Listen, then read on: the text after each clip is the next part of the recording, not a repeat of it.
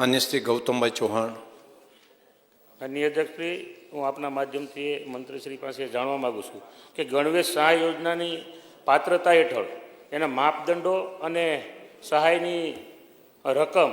એમાં છેલ્લે ક્યારે સુધારો કરવામાં આવ્યો છે? માનનીય અધ્યક્ષશ્રી, આપના માધ્યમથી હું માનનીય સભ્યશ્રીને જણાવવા માગું છું કે જે ગણવેશ સહાયના યોજના હેઠળ પાત્રતાના માપદંડો છે તેમાં વિદ્યાર્થીઓ વિકસતી જાતિના હોવા જોઈએ, આર્થિક રીતે પછાત વર્ગના વિદ્યાર્થીઓનો પણ તેમાં સમાવેશ થાય છે, વિદ્યાર્થીઓ ધોરણ 1 થી 8માં અભ્યાસ કરતા હોવા જોઈએ, કોઈ પણ આવક મર્યાદા નથી, સરકારી અને ગ્રાન્ટીન એઇડ પ્રાથમિક શાળાઓમાં અભ્યાસ કરતા હોવો જોઈએ અને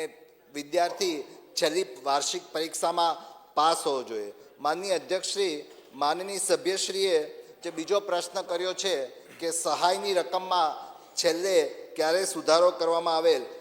માનનીય અધ્યક્ષશ્રી, સરકારશ્રીના તારીખ 6 એપ્રિલ 2022ના ઠરાવથી ગણવેશ